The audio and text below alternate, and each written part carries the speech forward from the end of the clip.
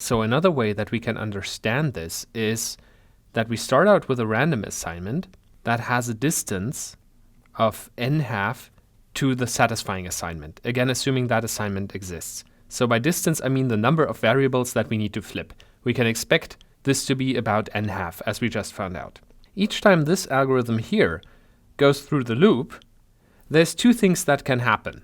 The first thing is that we move closer to the satisfying assignment. And by closer, I mean that we gain one more variable that is set to the same value as it would be in the satisfying assignment. So basically making a step forward happens with probability 1/3. But of course, as we also just found out, we can also make a step backward and kind of flip the wrong variable. And the probability for doing that is at most 2/3. Let's do a worst case analysis here. So we will erase this one here and say, in a worst case, we make a step forward with probability exactly 1/3, and we make a step backward with probability exactly 2/3. And how often do we make this step? Well, the loop here is executed 3n times. So what happens is the following. We start off here with our random assignment, and then 3n times we either move forward with probability 1/3, or we move backward with probability 2/3. And then the next time, assume that we are lucky, we have moved forward, we again move forward with probability 1/3 and backwards with probability 2/3. And this goes on and on and on and on until we either reach the satisfying assignment or, which is much more likely, we don't reach the satisfying assignment. We might even get farther away from it. Actually, chances are pretty good that we are.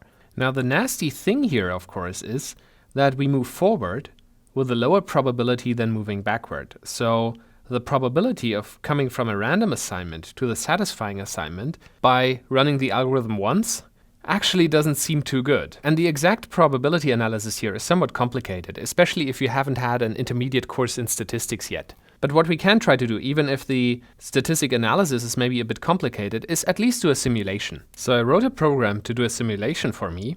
Assuming you start at a distance 1/2 from a satisfying assignment, what is the probability of making n½ steps in the right direction if the probability of making a step in the right direction is 1/3 and the probability of making a step in the wrong direction is 2/3, and you try 3n times?